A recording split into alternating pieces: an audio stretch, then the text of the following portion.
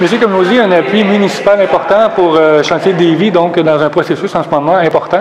Oui, effectivement. Aujourd'hui, avec l'appui du maire de Drummondville, on se retrouve à compléter notre série d'appuis que nous avons reçus au Québec. On a reçu l'appui de déjà beaucoup de maires, la mairesse de Saguenay, le maire de Lévis, évidemment, la maire de Laval, la mairesse de Longueuil, ainsi de suite, Sherbrooke. Et pour nous, c'est très important parce que l'Association des fournisseurs de Chantier de Lévis est en train de finaliser la mise en place de comités régionaux. Alors, dans le centre du Québec, d'ici 2 semaines, nous allons annoncer la mise sur pied d'un comité. Il y a déjà eu des rencontres qui ont eu à le passer. Et ce comité-là constitue d'intervenants économiques, chambres de commerce, organismes de développement économique et fournisseurs. Et c'est important que non seulement on ait cette coalition-là d'intervenants économiques par région qui puissent non seulement réclamer des contrats, mais essayer de voir de quelle manière on peut avoir le maximum de retombées dans notre région. On souhaitait également avoir l'appui des leaders politiques parce que le gouvernement fédéral et provincial sont très sensibles quand il y a une mixité d'appui entre le politique, disons, et puis l'économique. Et dans ce cas-ci, je pense que c'est ce qu'on a réussi dans les derniers mois, là, à créer cette grande coalition-là. Et aujourd'hui, pour nous, c'est un certain aboutissement. Après toute la tournée qu'on a fait, les différentes visites de chantier, les rencontres, les déjeuners d'affaires, et ainsi de suite. Et là, on est dans une période d'attentisme un peu par rapport au gouvernement fédéral, entre autres, qui a annoncé qu'il y aura un 3e joueur qui serait considéré dans la stratégie de construction navale, qui est une stratégie de plus de 100 milliards de dollars. Et vraisemblablement, ça va être Chantier de Lévis parce qu'il n'y en a pas d'autres.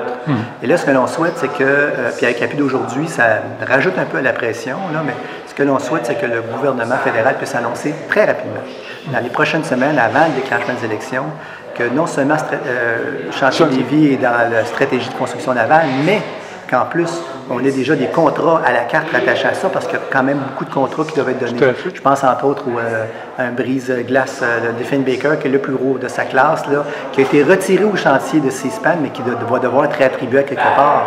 Et nous, on y est prêt à le recevoir. Alors, il y a tout cet élément-là.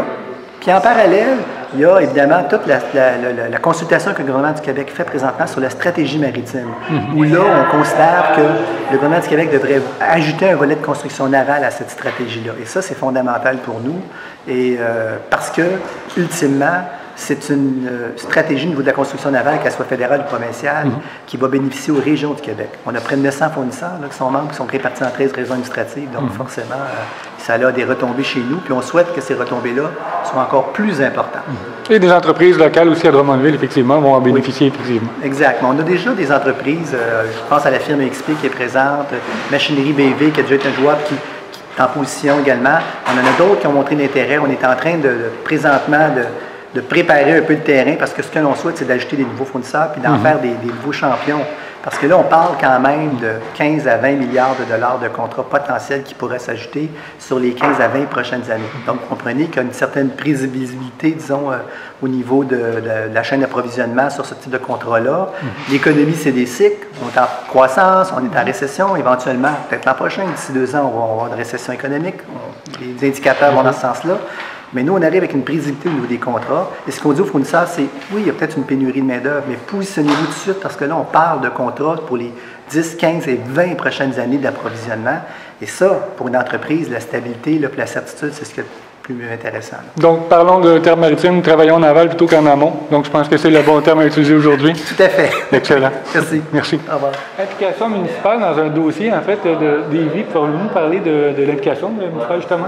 C'est une question importante de développement économique. Il faut savoir qu'à Drummondville, il y a énormément d'entreprises qui se sont développées. Je pense au Groupe Soucy et à d'autres, grâce à des contrats, par exemple, de Bombardier. Et là, il y a au chantier des Lévis des milliards de dollars potentiels en contrat. Il y a une association des fournisseurs de Lévis.